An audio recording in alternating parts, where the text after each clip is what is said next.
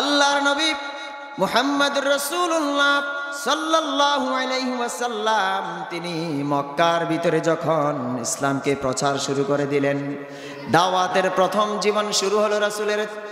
তখন সেই সময়ের ভিতরে গোপনে ইসলামকে প্রচার করে আসছিল রাসূল।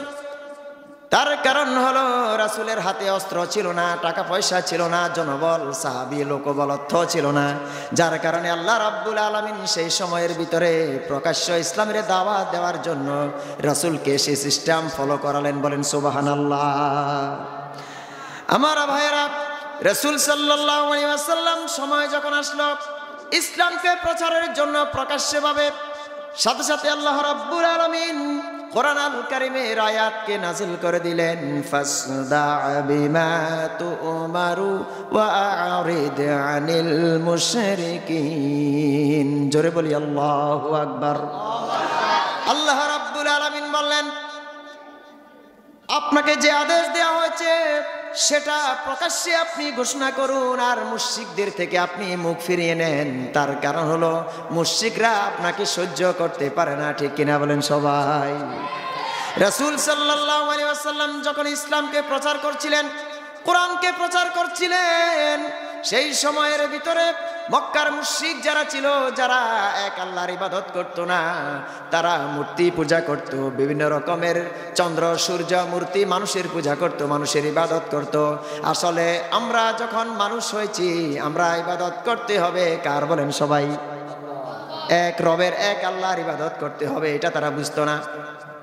আল্লাহর নবী রাসূল সাল্লাল্লাহু আলাইহি ওয়াসাল্লাম তৎকালীন সেই সময় আরবের ভিতরে ইসলামকে প্রচার করছিলেন, দাওয়াতি কাজে তিনি নামলেন। আর রাসূলকে এইভাবে শিক্ষা দিলেন দাওয়াতের জীবনে, প্রথমে প্রকাশ্যভাবে, প্রথমে গোপনভাবে, পরবর্তীতে প্রকাশ্যভাবে। বলি সুবহানাল্লাহ। রাসূল সাল্লাল্লাহু আলাইহি ওয়াসাল্লাম পৌত্তলিকতার নোংরামি, দেবদেবীর পূজা, মানুষের পূজা, মূর্তির পূজা তিনি সমাজে তুলে ধরলেন। তিনি সমাজে বললেন, খবরদার, এক আল্লাহর ইবাদত চলবে, না হলে তোমাদের উপর আযাব আসবে। কি আসবে? আযাব আসবে, শাস্তি আসবে। এসব শোনার পর মক্কার সবাই দিশেহারা হয়ে গেল, তারা রাসূলের পিছনে লাগলো। মক্কার মুহাম্মদ সে তো আল আমিন, তিনি কখনো মিথ্যা বলতে পারে না, ঠিক কিনা? রাসূল কোনোদিন মিথ্যা বলতে পারে না, সেজন্য তারা সমানে রাসূলের পিছনে লাগলো। তারা চিন্তা করলো, আমরা যদি মুহাম্মদের আনিত ধর্মের উপরে ঈমান আনি, তাহলে আমাদের পৌত্তলিকতার যে ধর্ম সেটা শেষ হয়ে যাবে, আমাদের নেতা নেতৃত্ব সব শেষ হয়ে যাবে। সেজন্য তারা সমানে বিরোধিতা শুরু করে দিল রাসূলের। রাসূলকে কোরআন প্রচার থেকে, ইসলাম প্রচারের থেকে তারা সেখানে সরগোল, উচ্চ আওয়াজ, বাধা প্রতিবন্ধকতা সৃষ্টি করতে লাগলো। রাসূল সাল্লাল্লাহু আলাইহি ওয়াসাল্লাম তাদেরকে বুঝাতে লাগলেন, এক আল্লাহর ইবাদত করো, এক রবের ইবাদত করো, যিনি তোমাকে আমাকে সৃষ্টি করেছেন। এরপরেও তারা রাসূলকে সহ্য করতে পারে না, রাসূলের সাহাবীদেরকে সহ্য করতে পারে না। এক মুহূর্ত সমানে রাসূলের উপরে অত্যাচার শুরু করে দিল। শুধু রাসূল নয়, রাসূলের কলিজার টুকরা সাহাবীদের উপরে অত্যাচার শুরু করে দিল। আল্লাহু আকবার। আমার ভাইরা, তারা এই সুযোগটা কাজে লাগালো। আমার ভাইরা দেখেন, মুসলমানদের পিছনে সবসময় শত্রুরা, কাফের মুশরিক যারা সবসময় লেগে থাকে, আর মুসলমানদেরকে ঈমান হারা করার জন্য চেষ্টা চালায়, নাকি চালায় না? চেষ্টা চালায়। মনে রাখবেন আমার ভাইরা, রাসূল সাল্লাল্লাহু আলাইহি ওয়াসাল্লাম যখন কোরআনকে সমাজের ভিতরে প্রচার করছিলেন, ইসলামকে যখন প্রচার করছিলেন, এমন সময় সেই সময়ের ডাকাত যারা সর্দার ছিল, মক্কার নেতৃস্থানীয় যারা ডাকাত ছিল, ওই সমস্ত ডাকাতরা রাসূলকে বলল, আল আমিন মুহাম্মদ, শোনো, এদিকে আসো। তুমি কিছুদিন না আমাদের রব, আমাদের মূর্তিগুলোর ইবাদত করো, আমরা কিছুদিন তোমার আল্লাহর ইবাদত করি। বলেন নাউজুবিল্লাহ।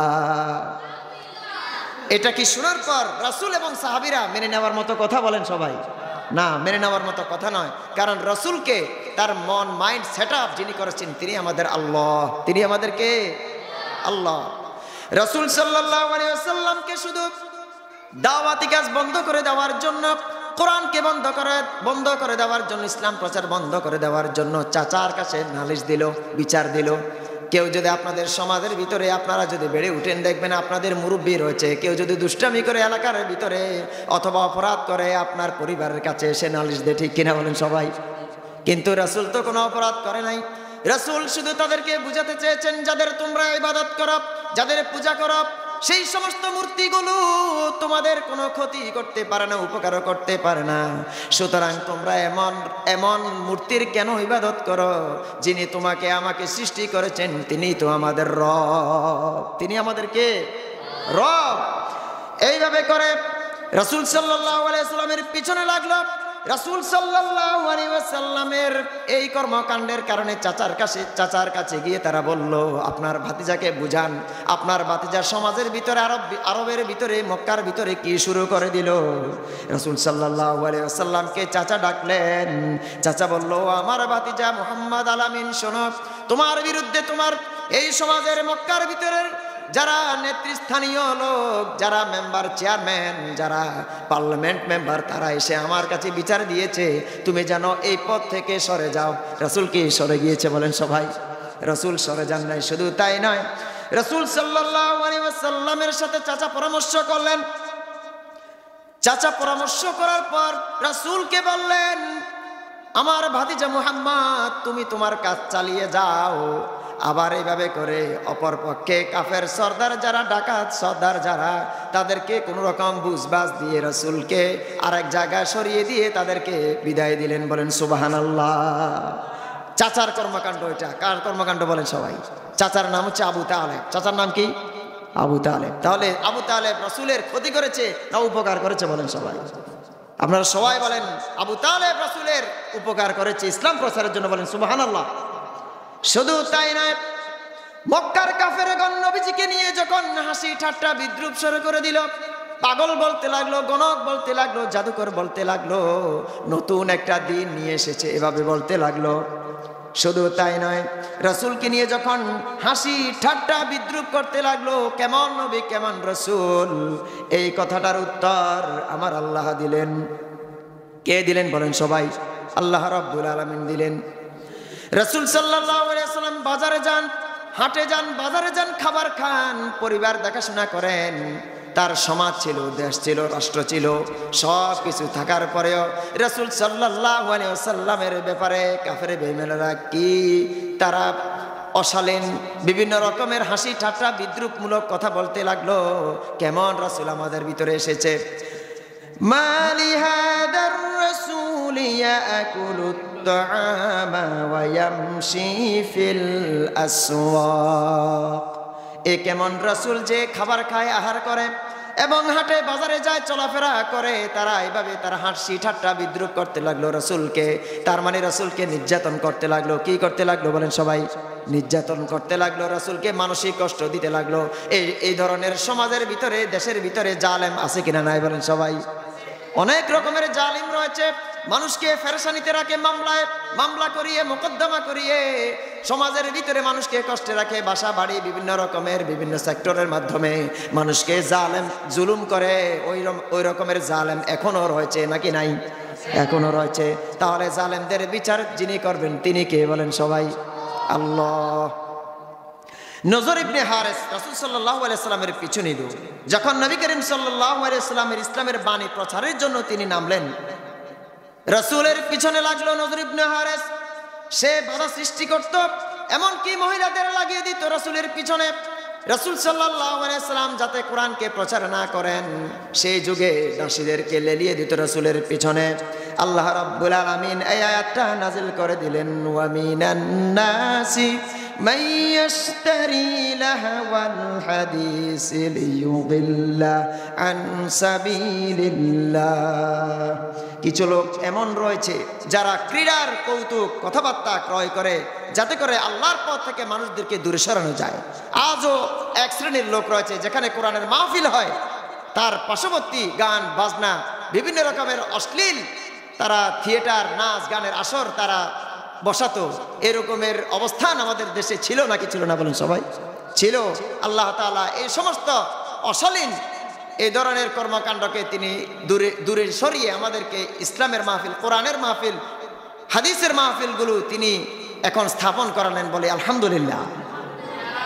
এটা মাজলুমের দোয়ার ফসল। কার দোয়ার ফসল বলেন সবাই? মাজলুম যখন আল্লাহর দরবারে কান্নাকাটি করে, কোনো ব্যক্তি যদি মাজলুম হয়ে যায়, চোখের পানি ফেলে দিয়ে আল্লাহ পাকের দরবারে তাহাজ্জুদের সময় কান্নাকাটি করে, তাহলে ওই মাজলুমের দোয়াকে যিনি কবুল করেন তিনি কে বলেন সবাই? আল্লাহ রাব্বুল আলামিন কবুল করে নেন। মনে রাখেন আমার ভাইরা, জালেম যে জুলুম করে, অত্যাচারিত যে হয়, তার মনে যদি কষ্ট যায়, তার চোখের পানি যদি পড়ে যায়, মনে রাখবেন ওই চোখের পানির গজব কেউ ঠেকাতে পারে না, ঠিক কিনা? রাসূল সাল্লাল্লাহু আলাইহি সাল্লামের জীবনে এরকম হয়েছে অনেক ঘটনা। আমার ভাইরা, রাসূল সাল্লাল্লাহু আলাইহি সাল্লাম কাবা ঘর তাওয়াফ করছিলেন। কি ঘর তাওয়াফ করছিলেন? কাবা ঘর। রাসূল সাল্লাল্লাহু আলাইহি সাল্লাম 40 বছরের আগেও তাওয়াফ করেছেন, নাকি করেন না বলেন সবাই? করেছেন। তবে সেই সময় মক্কার ভিতরে, কাবার ভিতরে 360টি মূর্তি ছিল। কত শত 60টি? 360টি মূর্তি ছিল। যখন রাসূল সাল্লাল্লাহু আলাইহি সাল্লাম তাওয়াফ করছেন, কিন্তু রাসূলের অন্তর তো মূর্তি ছিল না, রাসূলের অন্তরে ছিল এক রব, আল্লাহ রাব্বুল আলামিন, ঠিক কিনা? রাসূল সাল্লাল্লাহু আলাইহি সাল্লামকে তারা বলতে লাগলো, মুহাম্মদ, আল্লাহ আমিন, শোনো, তুমি কিছুদিন আমাদের রবের, আমাদের মূর্তিগুলোর ইবাদত করো, আমরা কিছুদিন তোমাদের রব যে রয়েছে, তোমরা যাকে মানো তার ইবাদত করব। সাথে সাথে আল্লাহ তাআলা তিনি নিষেধ করে দিলেন, সূরাতুল কাফিরুন নাজিল করলেন। কোন সূরা? সূরাতুল কাফিরুন নাজিল করলেন। আল্লাহ রাব্বুল আলামিন রাসূলকে যেন শিখাচ্ছেন, কুল ইয়া আইয়ুহাল কাফিরুন, হে রাসূল আপনি বলুন, হে অবিশ্বাসীরা। মক্কার কাফেরদেরকে রাসূল সাল্লাল্লাহু আলাইহি ওয়াসাল্লাম জবাব দিচ্ছেন এই কথার মাধ্যমে যে, হে রাসূল আপনি ওদেরকে বলে দেন, আমি যে রবের ইবাদত করি তোমরা সে রবের ইবাদতকারী নও, আর তোমরা যে মূর্তিগুলোর ইবাদত করো আমি মুহাম্মদ সেই মূর্তিগুলোর ইবাদত করি না। সুতরাং তোমরা তোমাদের ধর্ম পালন করো, আমি আমার ধর্মকে পালন করি। বলেন সুবহানাল্লাহ। তার মানে হলো ধর্মের ব্যাপারে কোনো জবরদখল জবরদস্তি নেই, যে যা ধর্ম পালন করবে। আপনার পাশে যদি ইহুদি বৌদ্ধ খ্রিস্টান থাকে, আমরা তাদেরকে কিচ্ছু বলতে পারবো না, কারণ ইসলাম বলেছে তোমরা তোমাদের ধর্ম পালন করবে, আমরা আমাদের ধর্ম পালন করব। বলেন সুবহানাল্লাহ। আমার ভাইয়েরা, এইভাবে করে রাসূলের পিছনে লাগলো কাফের মুশরিকরা। রাসূল সাল্লাল্লাহু আলাইহি ওয়াসাল্লামের এই কর্মকাণ্ডের কারণে, ইসলাম প্রচারের কারণে চাচার কাছে শুধু বারবার নালিশ আসতে লাগলো। রাসূল সাল্লাল্লাহু আলাইহি ওয়াসাল্লাম তাওহীদের প্রচার করতেছেন, ইসলামকে প্রচার করতেছেন, এই জন্য চাচার কাছে তারা বলতে লাগলো, আপনার ভাতিজাকে বুঝান, এখনো সময় আছে, আমরা তাকে হত্যা করব, শেষ করে দিব। এরপরে রাসূল সাল্লাল্লাহু আলাইহি ওয়াসাল্লাম যখন বাসায় আসতেন, বাড়িতে আসতেন, ঘরে আসতেন, চাচা আবু তালেব ভাতিজাকে বলল, আমার ভাতিজা কলিজার টুকরা ইয়াতিম ভাতিজা, শোনো, ছোটকাল থেকে আমি আমার বাবা আব্দুল মুত্তালিব মারা যাওয়ার পর আমি তোমাকে লালন পালন করে আসছি, দেখাশোনা করে আসছি, সুতরাং এমন কাজ কেন করো? সমাজের লোকেরা, দেশের লোকেরা, মন্ত্রী এমপি যারা রয়েছে, মেম্বার চেয়ারম্যান যারা রয়েছে, মুশরিক যারা রয়েছে, তারা আমার কাছে বিচার দিতে আসে, তোমাকে এটা করবে, সেটা করবে, হত্যা করবে, এই দিন থেকে তোমাকে বের করে দিবে। সুতরাং তুমি কেন আবার এই ধর্ম প্রচার করতেছো বলো? রাসূল সাল্লাল্লাহু আলাইহি ওয়াসাল্লাম চাচাকে বললেন, আমার চাচা আবু তালেবকে তিনি লক্ষ্য করে বলেন, চাচা যান, শুনেন, মুহাম্মদের হাতে যদি এক হাতে সূর্য আর এক হাতে যদি চাঁদকে এনে আপনি স্থাপন করে দেন, তারপরে এক মুহূর্তের জন্য, একদিনের জন্য, এক সেকেন্ডের জন্য আমি মুহাম্মদকে এই দিন থেকে, ইসলাম থেকে সরাতে পারবেন না।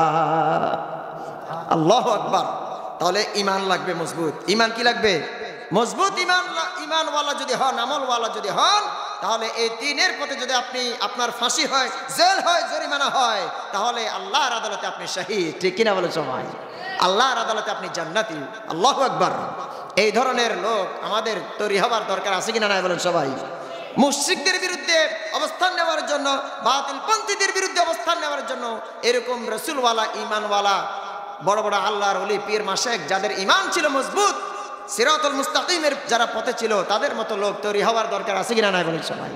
এই তৈরি জিনরা এসে দিয়ে যাবে না, আমরা তৈরি করে নিতে হবে, ঠিক কিনা বলেন সবাই?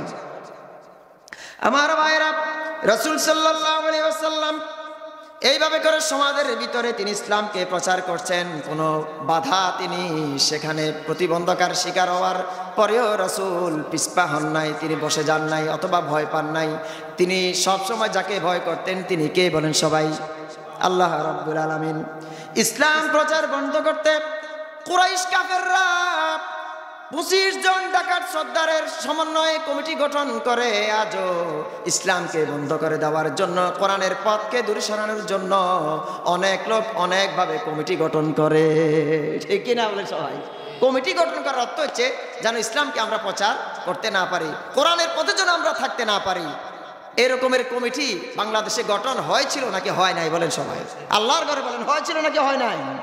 তারা চেয়েছিল ইসলামকে বন্ধ করে দিতে। কোরআনের মাহফিলগুলো যদি চালু হয়ে যায়, হায় হায়, মানুষ তো ভালো মানুষ হয়ে যাবে, আমল ভালো হয়ে যাবে, দাড়ি টুপি থাকবে, দাড়ি থাকবে, পাঞ্জাবি থাকবে, মসজিদ ভরপুর থাকবে মুসল্লিদের মাধ্যমে। এই জন্য এক শ্রেণীর ভারতীয় এজেন্ডা বাস্তবায়নকারী লোকদের সংখ্যা, ওই রকমের লোক, তারা কমিটি গঠন করেছিল। কালক্রমে যুগের আবর্তনে, সময়ের আবর্তনে আল্লাহ তাআলা এদেরকে ঝাঁটা পিটা দিয়া দুনিয়া থেকে শেষ করে দিলেন। ঠিক কিনা?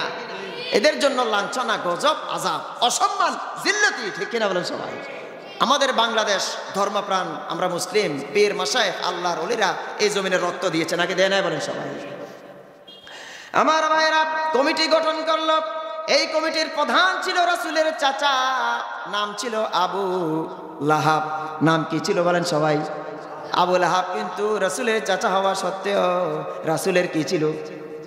দুশমন, রাসূলের বিরোধী ছিল, রাসূলকে সহ্য করতে পারতো না। কিন্তু দেখেন, একদিকে চাচা আবু লাহাব, আর একদিকে চাচা আমির হামজা আবু তালিব। বলেন সুবহানাল্লাহ। হেদায়েতের মালিক কে? আল্লাহ রাব্বুল আলামিন। তারপরেও আবু তালেব তার কষ্টময় কঠিন জীবন অতিবাহিত হবে, আখেরাতে জাহান্নামে তার গিরা পর্যন্ত জলে পুড়ে ছারকার হয়ে যাবে। রাসূল সাল্লাল্লাহু আলাইহি সাল্লামের তার সাথে যে এই ঘটনা ইনশাআল্লাহ আস্তে আস্তে ধীরে ধীরে আপনাদের সামনে আলোচনা করব। রাসূল সাল্লাল্লাহু আলাইহি সাল্লামকে কিভাবে মানসিক পেরেশানি দিয়েছে আবু লাহাব দেখেন। রাসূল সাল্লাল্লাহু আলাইহি সাল্লামের 40 বছর বয়সে যখন তিনি নবুয়ত প্রাপ্ত হলেন, সবাই চিনল জানলো 40 বছর বয়সে মুহাম্মদ কোরআনকে প্রচার করা শুরু করে দিয়েছে। এর পূর্বে রাসূল সাল্লাল্লাহু আলাইহি ওয়াসাল্লামের বিয়ে হয়েছিল কার সাথে বলেন সবাই? মা খাদিজাতুল কুবরার সাথে বিয়ে হয়েছিল। সেখান থেকে সন্তান এসেছে। আল্লাহর নবী বলেন, আমার স্ত্রীদের ভিতরে আমার খাদিজা থেকে সন্তান এসেছে, অন্য কোন স্ত্রীদের থেকে আমি সন্তান পাই নাই। বলেন সুবহানাল্লাহ। মা খাদিজাতুল কুবরা রাদিয়াল্লাহু তাআলা আনহা থেকে যে সন্তানগুলো আসলো, সেখানে উম্মে কুলসুম, রুকাইয়া, তাদেরকে বিয়ে দেওয়া হয়েছিল আবু লাহাবের 2 ছেলের কাছে। এরপরে রাসূল সাল্লাল্লাহু আলাইহি ওয়াসাল্লাম যখন 40 বছর বয়সে নবুয়ত প্রাপ্ত হলেন, কোরআনকে প্রচার করছিলেন, ইসলামকে প্রচার করছিলেন, ওই সময়ের ভিতরে তাদেরকে তালাক দেওয়ার ব্যবস্থা করে দিল। আর রাসূলকে শত্রু ভেবে আবু লাহাবের ছেলে তারা তালাক দিয়ে দিল রাসূলের 2 মেয়েকে। কয় মেয়েকে? 2 মেয়েকে। এই সময় রাসূল খুবই দুঃখ পেলেন, কারণ কোনো মেয়েকে যদি, কারো বাবার কোনো মেয়েকে যদি কেউ যদি ইচ্ছে করে বিনা দোষে আলাদা হয়ে যায়, তালাক হয়ে যায়, মন কি খুশি থাকার কথা না কান্না করার কথা? দুঃখ, কান্না, ভারাক্রান্ত হৃদয় রাসূলের। দেখেন, এত বড় পাওয়ারফুল লিডার, আকাশ এবং জমিনের ভিতরে যিনি সর্বশ্রেষ্ঠ মর্যাদার অধিকারী, সেই রাহমাতুল লিল আলামিনের অন্তরটা দুঃখে ভরা। আল্লাহু আকবার। রাসূল সাল্লাল্লাহু আলাইহি ওয়াসাল্লাম দুঃখ পেতে পেতে ছোটকাল থেকে তিনি বড় হলেন এইভাবে কষ্ট করে, যার জন্য আল্লাহ রাব্বুল আলামিন রাসূলকে মেহমানদারি করার জন্য ইসরা করালেন, মেরাজ করালেন। বলি সুবহানাল্লাহ। এইভাবে করে রাসূলকে সম্মান দিলেন। তাহলে সম্মান দেওয়ার মালিক কে বলেন সবাই? আল্লাহ রাব্বুল আলামিন। আমার ভাইরা, আবু লাহাবের স্ত্রী উম্মে জামিল, সেও রাসূলের পিছনে লাগতো। রাসূল সাল্লাল্লাহু আলাইহি ওয়াসাল্লামের যখনই তিনি সমাজের ভিতরে ইসলামকে প্রচার করতেন, উম্মে জামিল সেও রাসূলের পিছনে লাগতো। সব সময় রাসূলের পিছনে লেগে থাকতো, আর রাসূলকে কিভাবে অসম্মান করবে, গালাগালি করবে, এমনকি রাসূলের চলার পথে কিভাবে কাঁটা বিচি দিবে, সে সবসময় তার মাথায় এগুলো নিয়ে পেরেশান থাকতো। এই উম্মে জামিল পাপিষ্ঠা এই মহিলা একেবারে রাসূলের সব সময় বিরোধিতা করত প্রকাশ্যভাবে। কিসের ভাবে বলেন সবাই? গোপনীয় নয়, প্রকাশ্যভাবে বিরোধিতা করত। এই মহিলার কথা কোরআন আল কারীমের ভিতরে আল্লাহ রাব্বুল আলামিন ছোট্ট একটি সূরা, ওই সূরার ভিতরে এই আবু লাহাবের স্ত্রী উম্মে জামিলের কথা এভাবে বলা হয়েছে, ওয়ামরাআতুহু হাম্মালাতাল হাতাব, অর্থাৎ তার স্ত্রী আবু লাহাবের স্ত্রী সে ইন্ধন বহন করে। ওই মহিলাও জাহান্নামী, যে ইন্ধন বহন করে রাসূলের পিছনে পিছনে লেগে থাকে, রাসূলকে গালাগালি করে, রাসূলের চলার পথে কাঁটা বিছিয়ে দেয়। সে উম্মে জামিল, সে কি জান্নাতি না জাহান্নামী বলেন সবাই? সে জাহান্নামী, অর্থাৎ সে রাসূলকে সহ্য করতে পারত না। আবু জাহেল কখনো কখনো রাসূলের কাছে এসে আবার কোরআন শুনতো। দেখেন কাফেররা যাতে মাতাল হলে কি হবে, তালে কিন্তু ঠিক আছে, ঠিক কিনা বলেন সামনে, যাতে মাতাল তালে ঠিক, অর্থাৎ রাসূলকে বিরোধিতা করত শত্রুরা, কিন্তু কোরআন তারা শুনতো। অর্থাৎ কোরআনের যে সুন্দর আকর্ষণ, কোরআনের যে আসর, এগুলো যখন আপনাদের সামনে কোনো হাফেজ সাহেব, ভালো কোনো কারি, ভালো কোনো ওয়াইজিন আলোচনা করে, তখন এই আয়াতটা পড়ার সাথে সাথে আপনাদের কি আসর লাগে নাকি লাগে না বলেন সবাই? লাগে। এমন জমিনের ভিতরে এই বাংলাদেশের বুকে একজন মুফাসসির ছিলেন, সেই মুফাসসিরের নাম কোরআনের পাখি আল্লামা দেলাওয়ার হোসাইন সাঈদী। যখন কোরআন আল কারীম থেকে তেলাওয়াত করতেন, চতুর্দিকে মানুষরা চুপ করে তখন শুনতো কোরআনকে, মনে হচ্ছে যেন কোরআন আল কারীম নাজিল হচ্ছে। বলেন সুবহানাল্লাহ। এই সমস্ত লোকগুলো আল্লাহর ওলি। কার ওলি বলেন সবাই? আল্লাহর ওলি। যারা আল্লাহর রাস্তায় জীবন দেয়, কোরআনের রাজ কায়েম করার জন্য আল্লাহর রাহে নিজেদের রক্ত পর্যন্ত বিলিয়ে দেয়, এরা হচ্ছে আল্লাহর ওলি। এরা কার ওলি? আল্লাহর ওলি। এতে কোনো সন্দেহ নেই, এদের কোনো ভয় নেই, এদের কোনো সংশয়, দুশ্চিন্তা, টেনশন করার কারণ নাই। যারা খালেস নিয়তে আল্লাহর রাস্তায় জীবনকে দিয়ে দিবে, কেউ যদি তাদেরকে মেরে ফেলে, আখিরাতে ওরা শহীদদের কাতারে স্থান নেবে। বলেন সুবহানাল্লাহ। আমার ভাইরা, আবু জাহেল সে ব্যক্তি দেখেন কত বড় জাহেল। তার নাম তো আবু জাহেল ছিল না, আবুল হাকাম ছিল। কি ছিল বলেন সবাই? আবুল হাকাম। অর্থাৎ সে বুদ্ধির বাবা, জ্ঞানীর বাবা। কেউ যদি ইসলামের বিরোধিতা করে, কোরআনের বিরোধিতা করে, আল্লাহ রাব্বুল আলামিন তাকে আবু জাহেল করে ছাড়েন। কি করে ছাড়েন বলেন সবাই? শুধু আবু জাহেল নয়, তার বাড়িটা পর্যন্ত টয়লেট করে ছাড়েন। ঠিক না? আপনারা যখন মক্কাতুল মুকাররমায় গিয়েছেন, মিস্টার আবু জাহেলের বাড়িতে কি আপনারা কি ওয়াশরুম করছেন নাকি করেন নাই? আলহামদুলিল্লাহ বলে সবাই। তাহলে যারা কোরআনের বিরোধী যুগে যুগে হবে, এদের আবাসস্থল, এদের ঘর বাড়িকে আল্লাহ টয়লেট করে রাখবেন। ঠিক না? তাহলে কোরআনের বিরোধিতা করা যাবে? আলেম ওলামা পীর মাশায়েখের বিরোধিতা করা যাবে? এই জমিনে যারা আল্লাহর ওলি ছিল, বড় বড় পীর মাশায়েখ, এরা আমাদের দেশের জন্য দেশপ্রেমিক হিসেবে কাজ করেছে, ইসলামের কাজ করেছেন। শুধু ইসলামের নয়, হিন্দু, বৌদ্ধ, খ্রিস্টান সকলের শান্তির জন্য কাজ করেছে। ঠিক কিনা বলেন সবাই?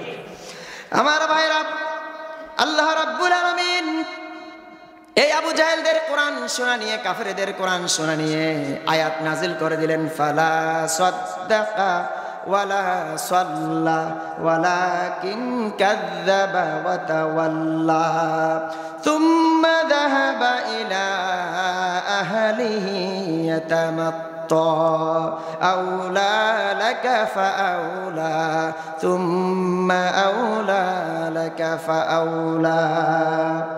আল্লাহ রাব্বুল আলামিন বলেন, যে বিশ্বাস করেনি এবং সালাত আদায় করেনি, বরং যে সত্য প্রত্যাখ্যান করেছিল এবং মুখ ফিরিয়ে নিয়েছিল, এরপর সে তার পরিবার পরিজনের কাছে গর্ব ভরে অহংকার করে ফিরে গিয়ে যে কোরআন থেকে বিমুখ হয়ে যায়, তার জন্য ধ্বংস। তার জন্য কি ধ্বংস? একদিন বিশ্বনবী সাল্লাল্লাহু আলাইহি ওয়াসাল্লাম মাকামে ইব্রাহিমের কাছে তিনি সালাত আদায় করেছিলেন। মাকামে ইব্রাহিম, ইব্রাহিম আলাইহিস সালামের দাঁড়ানোর জায়গা, সেটার নাম মাকামে ইব্রাহিম। আপনারা যারা হজ করতে গিয়েছেন, তাওয়াফ করতে গিয়েছেন, সেখানে 2 রাকাত সালাত পড়তে হয়। কয় রাকাত বলেন সবাই? 2 রাকাত সালাত পড়তে হয়। ওই মাকামে ইব্রাহিমের কাছে কেউ যদি সেখানে সালাত আদায় করে, আল্লাহর কাছে চায়, দোয়াকে কে কবুল এবং মঞ্জুর করবেন বলেন সবাই? আল্লাহ তাআলা মঞ্জুর করবেন। এমন সময় রাসূল সাল্লাল্লাহু আলাইহি ওয়াসাল্লাম মাকামে ইব্রাহিমের কাছে সালাত আদায় করছিলেন। এইটা দেখে আবু জাহেল রাসূলকে হুমকি দিল, যে বলল, ইয়া মুহাম্মদ, হে মুহাম্মদ, খবরদার, এইভাবে ইবাদত করবে না, এভাবে কোরআন তেলাওয়াত করবে না। সাথে সাথে আমার নবী ও আবু জাহেলকে হুমকি দিলেন। বলেন সুবহানাল্লাহ। কখনো কখনো ইসলাম প্রচারের সাথে হুমকি দিতে হয়। ঠিক কিনা বলেন সবাই? আপনি শুধু একেবারে মসজিদে বসে বসে ঘন্টা দিয়ে চুপ করে বসে থাকবেন, আপনার পাশে ফাসেক, ফুজ্জার, অশালীন, খারাপই চলতে থাকবে, আর আপনি বলেন আমি আল্লাহর ওলি। এটা কি শয়তানের ওলি না আল্লাহর ওলি বলেন সবাই? শয়তানের ওলি। কারণ সে বোবা শয়তান। কি শয়তান? বোবা শয়তান। সমাজের ভিতরে যদি অন্যায় জুলুম অত্যাচার দেশের ভিতরে হয়, আল্লাহ তাআলা বলেছেন তা'মুরুনা বিল মা'রুফি ওয়া তানহাউনা আনিল মুনকার। তোমরা মুসলমানরা শ্রেষ্ঠতম জাতি, মানব জাতির কল্যাণের জন্য তোমাদেরকে আবির্ভূত করা হয়েছে। সৎ কাজের আদেশ দিবে, অসৎ কাজ থেকে মানুষদেরকে বিরত রাখবে। কি কাজ থেকে? সবাই বলেন কি কাজ থেকে? অসৎ কাজ, মন্দ কাজ, দেশের বিরুদ্ধে যারা কাজ করে সেটা থেকে, ঠিক না? রাসূল বলেছে মান রাআ মিনকুম মুনকারান ফালইগাইয়িরহু বিয়াদিহি ফাইন লাম ইস্তাতি' ফাবিকলবিহি ফাবিলিসানিহি ফাইন লাম ইস্তাতি' ফাবিকলবিহি ওয়া যালিকা আদআফুল ঈমান। তোমাদের মধ্যে কেউ যদি তার শক্তি সামর্থ্য থাকে তাহলে সে শক্তি দ্বারা, লোকবল জনবল দ্বারা সেটা প্রতিহত করে ওই মন্দ কাজকে। আর যদি তার কাছে যদি না থাকে তাহলে সে যেন মুখের ভাষা দিয়ে ওয়াজ করে, বক্তৃতা দেয়, ভাষণ দেয়। আবার এটা যদি সামর্থ্য না হয়, যদি করতে না পারে, তাহলে অন্তর দ্বারা ওই কাজকে ঘৃণা করবে। আল্লাহু আকবার। এটা রাসূল বলে দিয়েছেন আমাদের জন্য। এটা আমাদের জন্য শিক্ষা। কাদের জন্য শিক্ষা? আমাদের সকলের জন্য শিক্ষা। আপনারা মনে করবেন না এটা শুধু রাসূল আর সাহাবীদের শিক্ষা। আমাদের জন্য, সমস্ত মুসলমান জাতির জন্য, কিয়ামত পর্যন্ত যত মুসলমান আসবে আর যাবে, এই কোরআনের কি কোনো কি পরিবর্তন হবে? এই হাদিসগুলো কি পরিবর্তন হবে? পরিবর্তন হবে না। আমার ভাইরা এভাবে রাসূলকে হুমকি দিল, রাসূল হুমকি দিল, এভাবে করে চলছিল রাসূলের উপর অত্যাচার। এই কথার উত্তরে আল্লাহ রাব্বুল আলামিন বলেন ফালইয়াদউ নাদিয়া সানাদউস সাবানিয়া। আচ্ছা, সে যেন তার বড় দলকে ডাকে। আবু জাহেল বলল মুহাম্মদ তুমি কিসের দল করো? আমার দল দেশের ভিতরে বেশি, আমার লোকবল বেশি, সন্ত্রাসী বেশি। কি বেশি বলেন? আমার সন্ত্রাসীরা বেশি, তোমার তো সামান্য কয়েকজন সাহাবী লোক মুসলমান, তুমি কি আমার সাথে পারবে? আবু জাহেল বলল। কে বলল বলেন? সবাই। আবু জাহেল এই রকমের গর্ব অহংকার, দলের অহংকার, সন্ত্রাসীর অহংকার, অস্ত্রের অহংকার, এইভাবে করে সমাজের ভিতরে অহংকার করতে লাগলো। এই কথার উত্তরে আমার আল্লাহ রাব্বুল আলামিন রাসূলের মুখ থেকে বাহির করালেন যে হে রাসূল আপনি বলে দেন এভাবে সে যেন তার বড় দলকে ডাকে, আর আমি আল্লাহ রাব্বুল আলামিন এর চাইতেও বড় দলকে ডাকবো। বলি আল্লাহু আকবার। তাহলে আল্লাহ রাব্বুল আলামিনের দল যারা দেশের ভিতরে নেমে পড়ে, ওই সমস্ত দলের নামগুলো হলো ফেরেশতা, মালাইকা। ফেরেশতা, ওদের আল্লাহর দলের সেই দলের নাম কি? ফেরেশতারা যখন মাঠে নামে তখন কাফেরদেরকে শেষ করে দেয়। যেমন সাহাবায়ে কেরামরা যখন জিহাদের ময়দানে নামতো, তারা শুধু দৌড়াতো আর কাজটা করে দিত ফেরেশতারা। আল্লাহু আকবার বলেন সবাই। একজন সাহাবী বলল ইয়া রাসূলুল্লাহ আমি তো ওই কাফেরকে দৌড়ানো শুরু করলাম তলোয়ার দিয়া, আমি শেষ করে দিব তাকে, কিন্তু আমি দেখতে পেলাম আমি মারার আগে কে যেন মেরে তাকে শেষ করে দিল। বলি আল্লাহু আকবার। তাহলে কাজ করেছে কে বলেন সবাই? আল্লাহর ফেরেশতারা। কার ফেরেশতারা? আল্লাহর ফেরেশতারা কাজ করেছে। কেউ যদি আল্লাহর দ্বীনে ঢুকে পড়ে, আল্লাহর দ্বীনে খালেস ভাবে কাজ করে, তাহলে আল্লাহ রাব্বুল আলামিন তাদেরকে সাহায্য করেন। ওয়াকান হাক্কান আলাইনা নাসরুল মুমিনিন। মুমিনদেরকে, আল্লাহর ওলিদেরকে সাহায্য করা আমি আল্লাহর জন্য ওয়াজিব হয়ে যায়। আল্লাহু আকবার। আমার ভাইরা, এইভাবে করে রাসূল সাল্লাল্লাহু আলাইহি ওয়াসাল্লাম আবু জাহেলের চাদর গলার কাছে ধরে, আবু জাহেল যখন আসলো তার গলার চাদরটা হেসকা একটা টান দিলেন, আর রাসূল বললেন আউলা লাকা ফাআউলা সুম্মা আউলা লাকা ফাআউলা। দুর্ভোগ আবু জাহেল, তোর জন্য দুর্ভোগ, তোর জন্য ধ্বংস। আবু জাহেল রে, কেন আমার পিছনে লাগলি? কেন আমার মুসলমানদেরকে, আমার সাহাবীদের পেছনে লাগলি?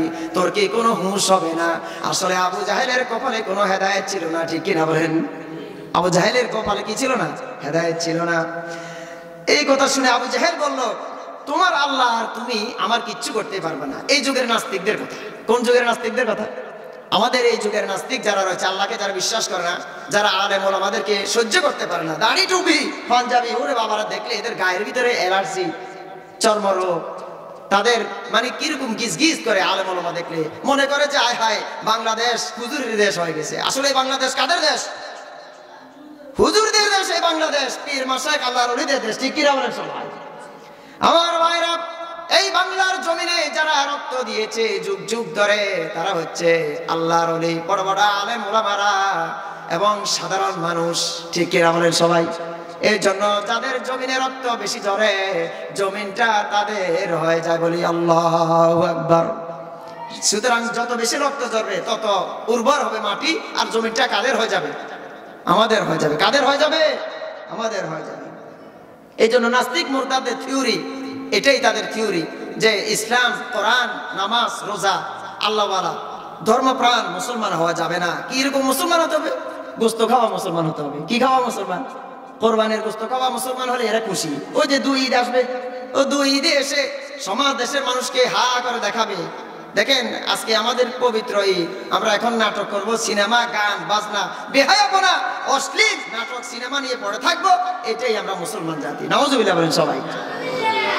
মুসলমান কি এরকম জাতি? না। আল্লাহ রাব্বুল আলামিন বলেন, তোমরা মানলে পুরোটাই মানতে হবে, আধা আধা মানলে জাহান্নামের অধিবাসী হবে। কোরআনের কথা। কার কথা বলে সবাই? কোরআনের কথা। সুতরাং আমরা কোরআনের দিকে ফিরে যাব। কোন দিকে ফিরে যাব?